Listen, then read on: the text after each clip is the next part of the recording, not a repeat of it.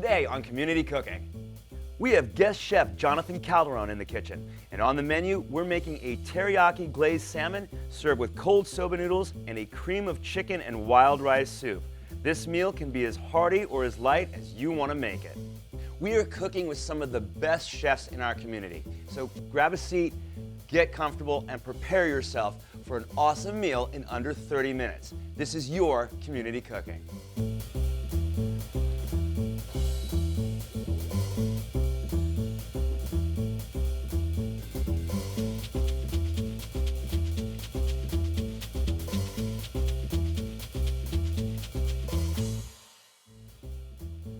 Hello and welcome to Community Cooking. I am your host, Kirk Leins. In our kitchen today, I have Jonathan Calderon. How are you, Jonathan? How are you? Good, man, good. Now, you are a chef at Providence Little Company of Mary Hospital, correct? Yes, I am. All right, so this sort of begs the question. It's like you don't think of hospitals and great food.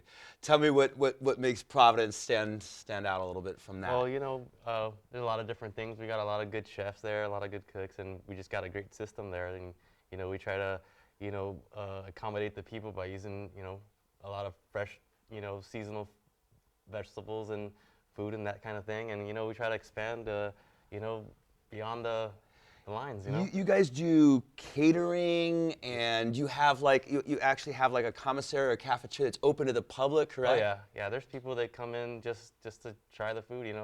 They'll see the menu ahead of time, and they say, hey, I like that, and they'll come in on that day, and they'll come and eat, and they'll sit in our dining room. And I hear that the guests also get some really nice treatment there as well. Like, I mean, there's special orders, there's celebratory meals for births, things like that. Oh yeah, stuff like that. We hook them up there, so it's nice. Amazing, amazing. Well, we have a great menu today. It's somewhat Asian inspired, I would say, right? Yes, it is.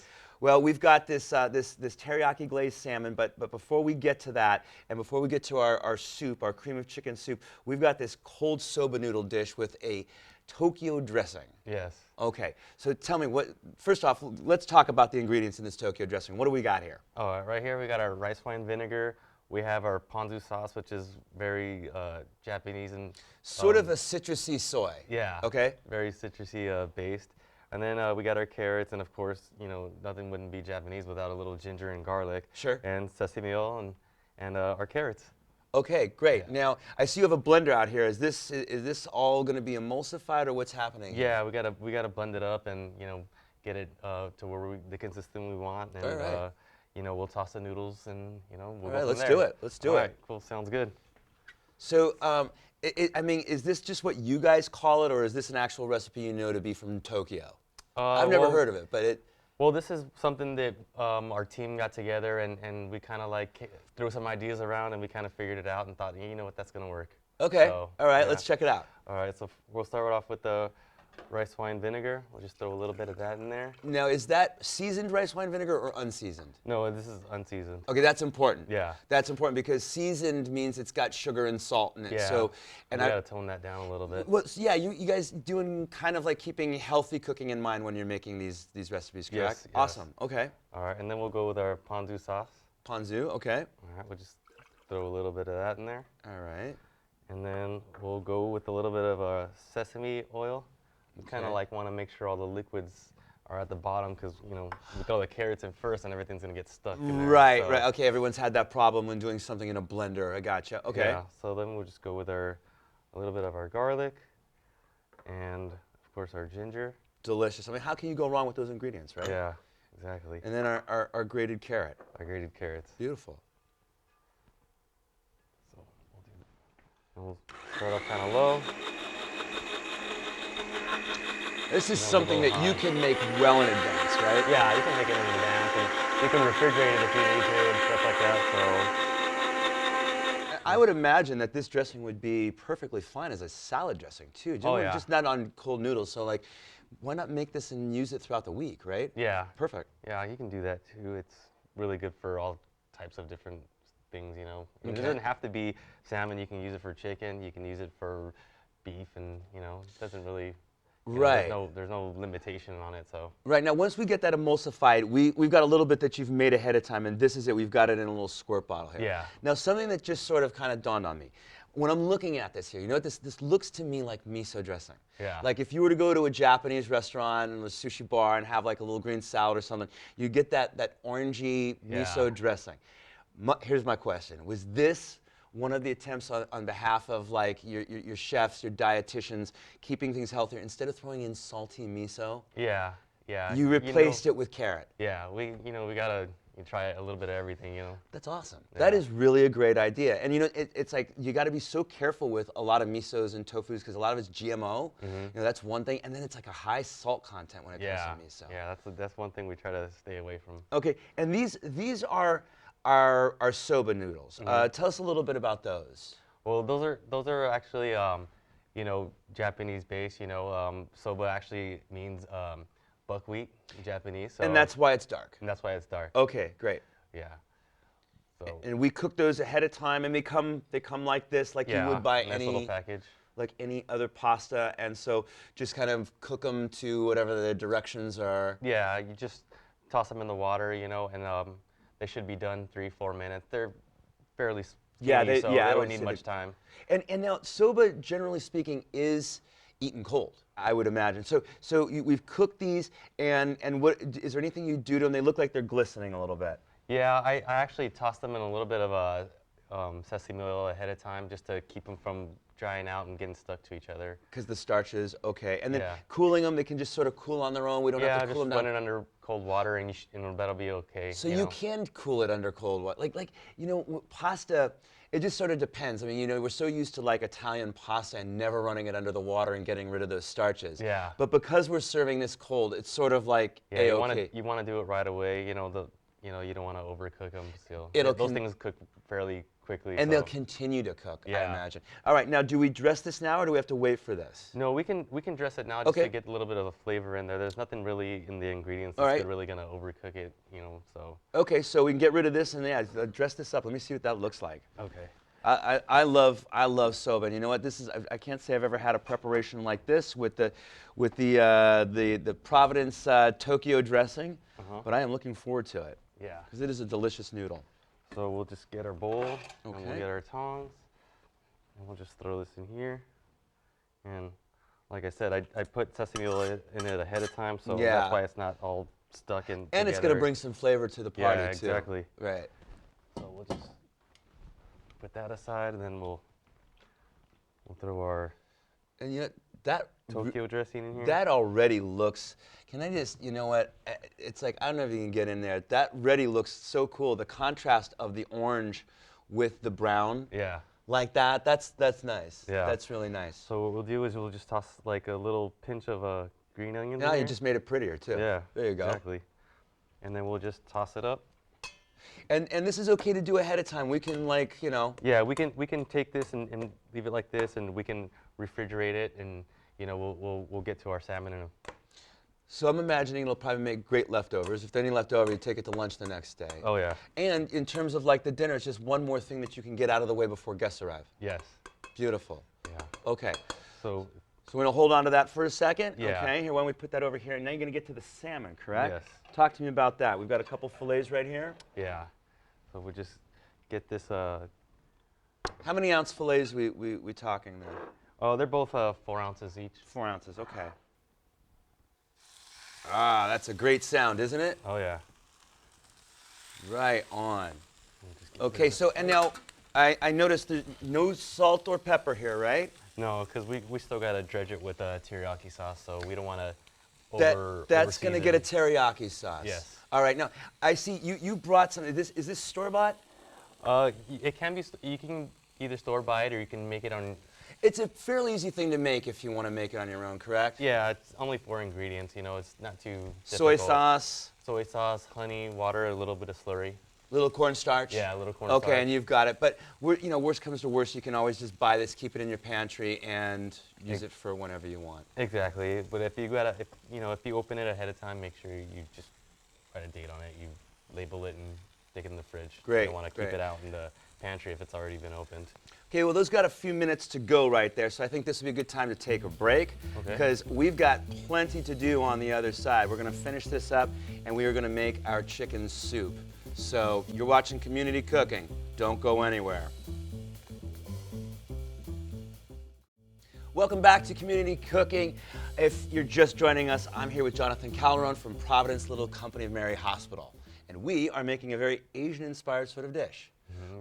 We have our cold soba noodle salad, if you will, and then we have our salmon that has been cooking for what would you say now, about 6-7 minutes? About 4 minutes on each side. Okay, all right, and we're all done. We killed the heat on that, so it's time. We're gonna get that out of that pan because we're gonna dress it and chill it for a while, right? Yeah, we're gonna glaze it with a little bit of teriyaki sauce and then throw some sesame seeds on top and then we'll chill it. That's awesome. So we can kind of get this all ready ahead of time. Yes, we can. Beautiful. Beautiful, and that's a nice, beautiful color that we got on that salmon there. That's always what you want to see. And then we'll just go ahead and glaze these. Yeah, so I mean, literally, we're done. Yes. I mean, it's done. It just needs to sort of chill. Yeah, you don't need much. Just nicely coated, you know. Right, because we have no salt on there. We have no seasoning on there at all. So this is our seasoning for this. Yeah, we try to keep it as healthy as possible. Right. Yeah, absolutely. So then we'll just, we'll go with a little bit of sesame seeds on top. Which make everything look awesome, right? Yes. The white and the black. Beautiful. Look at that. All right, so you want to get this in the fridge for you? Yes, please. Okay, and we're going to start on the soup next, right? Yeah. We got a pot that we're going to put on that stove, the burner there. And why don't you run us through the ingredients that we're going to use? All right, for sure. So basically, we got our mirepoix right here. We got our carrots, our celery, and our onions. We have our diced chicken. We're using 2 types of rice today, white rice and wild rice. And we got our herbs right here, chives, parsley, and a little fresh thyme. And of course, we just got our flour right here for our roux. Okay, so we've a couple of things here. So you've first of all you used a couple fancy French words here. Yeah. So mirepoix. Mirepoix. Explain to the good folks at home mirepoix. Oh, well, mirepoix is just basically what you would start almost any soup with. Basically it's 50% onions and then 25 and 25 of onion or celery and carrots. And carrots, and that's mirepoix. And then roux is something that we'll get to. Yeah. But one thing that I've noticed here is that both rice, the wild rice here and the white rice, are both cooked, as is the chicken. So this sort of says to me that this is a great meal to make with leftovers. Yeah, it is. You don't just have to make a soup. There's many different other things you can do, but it works great with.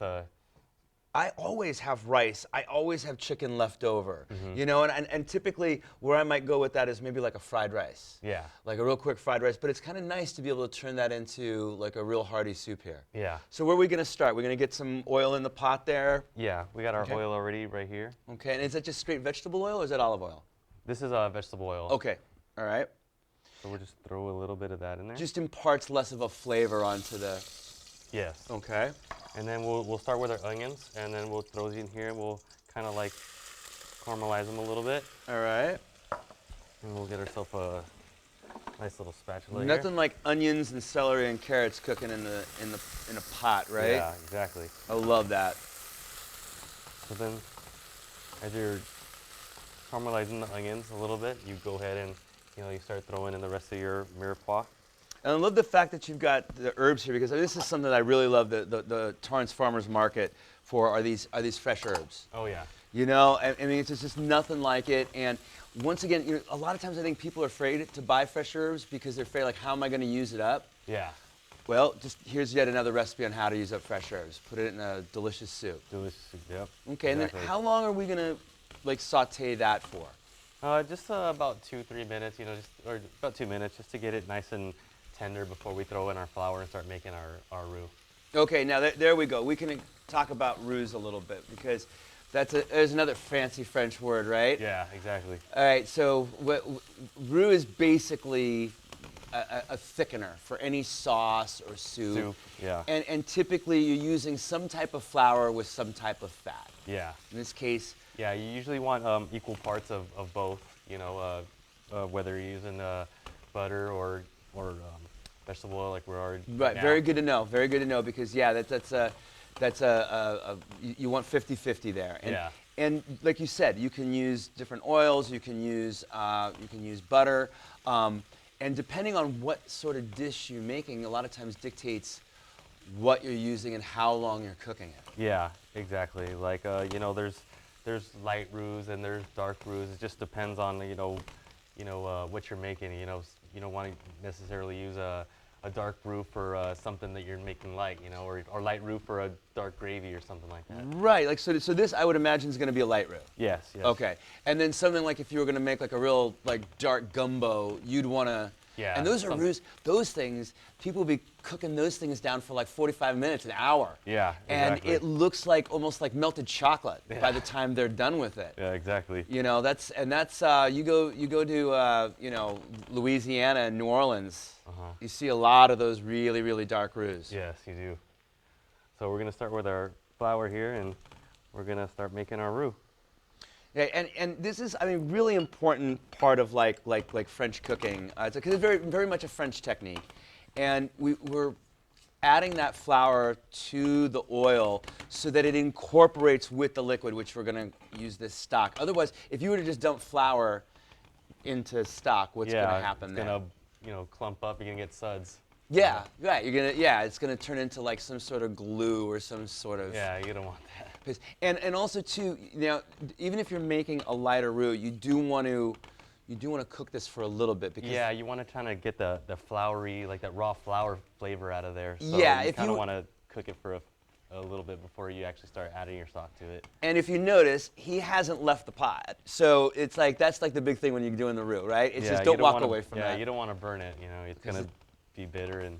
But as long as you keep it going and you stand by there, it's going to be just fine. Yeah. It's going to be just fine. But yeah, that's a very common mistake that people make. Two common mistakes is one is not cooking the flour out enough, and then it tastes chalky and floury, Yes. which is bad. And the other is walking away thinking that you can go do something else in the kitchen. Yeah, It's exactly. like, oh my God, how many times have you like put in a sheet pan of like almonds Almonds, or pine nuts in a dry pan? You walk away, you come back and they're black, and you're like, I did that again. Start all over. Right. I just spent $9 on pine nuts. Yeah, exactly. All right. I think our roux's done now. I think we can start with the stock. Okay, now what's the secret to adding the stock here? Are we going to add it slowly? We're going to whisk it in? How's that? Yeah, we're going to want to whisk it in, but we're going to want to pour it in slowly. We don't want to just dump it in there because we don't want to burn it. And we don't need that to be hot or warm. We can do this at room temperature. Yes, you can. Okay. It'll warm up in here. We'll get But slow and whisking would be the key here. Yes. Okay. And I would imagine that you can use other types of stock here. Oh, yeah. You could use any sort of like turkey stock or a vegetable stock or Vegetable anything. stock, turkey stock. Like again, it just depends on what you're making. So that's kind of the important thing here with recipes, and especially when we talked about this as being a great potential leftover. Just because, let's say you have leftovers that aren't exactly this, you can make something similar if you just sort of adapt it. I mean, so you had brown rice left over, well, that's going to work just fine. Right, or farro left over. That's going to work just fine. Exactly. This could be turkey. This could be lots of other things. You can still make a soup using this sort of as a parameter for the recipe, but just change up the ingredients. Yeah. That's awesome. I forgot to ask you, how much stock did you put in there? Was that about 4 cups, or was that? Yeah, about a quart. So yeah, 4 cups. 4 cups. I tell you what, we are going to take a break. We're going to add those ingredients during our break, and when we come back, we're going to finish up our soup, and we've got some eating to do. Nice. So there's plenty of community cooking left, so don't go away. We'll see you on the other side of the break. Welcome back to Community Cooking. I'm here with Jonathan Calderon from Providence, Little Company of Mary Hospital, and I'm ready to eat. I'm ready. We ended up finishing up our soup, so we got that cooking away. Mm-hmm. We put the rest of the ingredients in there, the rice, the chicken, the milk, the herbs, and just let that kind of come together, cook for a little bit, and you've got soup, right? Yeah. All right, I tell you what, would you do the honors and plate a little bit of this up for me, because this smells so good. It's just kind of wafting up here, and I really want to take a bite of that. All right, you got it. Well, first we're just going to start off by, we're going to get our soba noodles, and we're just going to plate about 4 ounces right in the middle of the plate, just like so. Look at that, twist it up. Just like that. And we're going to put that aside. Okay. And then what we'll do is just grab our chilled salmon and just put that right on top. This is really great for like spring or summer too. It's a little hotter outside for like a lunch or even a dinner when it's still light out. Yeah. Beautiful. And then we just get a little bit of a teriyaki sauce, and we just, kind of like make a little design. Beautiful. And then little lime if you need it, and then we're just gonna top it with a little bit of pickled ginger. Yum. I could eat this all. Oh, yeah. All right. Okay. Knife and fork, please, if you would. If you would. All right. While I'm tasting over here, you can start getting some soup ready as well. All right. Let's see here. Grab some. I want a little bite of everything here. Let's see. That's easier said than done.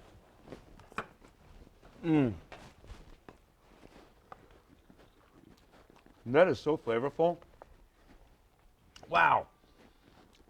That's really good, man. It is, huh? Yeah. I could eat this every week. I could eat this every week. That is really delicious. I love that. Yeah, our cafeteria is pretty happy with it. I would imagine. You can grab me a spoon too. Oh, that looks delicious. There you are. Oh, and you can just smell. You had some thyme, you had some chives, you had some parsley, right? Yeah, and just a little bit of salt and pepper at the end, just for flavor. Yeah, just a touch, I would imagine. Let me see this broth first. Wow, that's so good. Oh, so herbaceous. And you know what? It looks like the rice kind of also helps sort of thicken this a little bit, right? Yeah, exactly. That is really good. Kind of helps it along, you know. That is a very satisfying chicken soup. Nice. Jonathan, excellent job, man. Excellent. And Thank you know, you. I highly urge everyone to make these recipes. Really, really easy, really, really delicious. And you know what? We really are cooking with some of the best cooks here in our own community. Thanks so much for watching Community Cooking. We'll see you next time.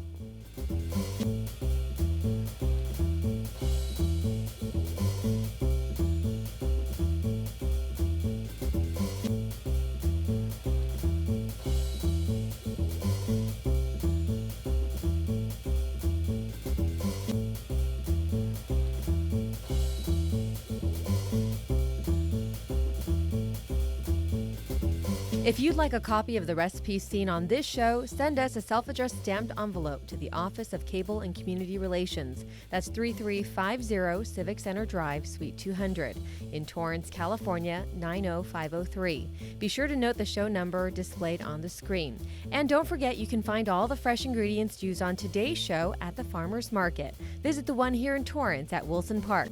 That's located at 2200 Crenshaw Boulevard. They're open every Tuesday and Saturday from 8 a.m. until 1 p.m., rain or shine. And if you'd like to be a guest on our show, email us at communitycooking@torranceca.gov and check us out online at youtube.com/TorranceCityCable and like us on Facebook at Community Cooking TV.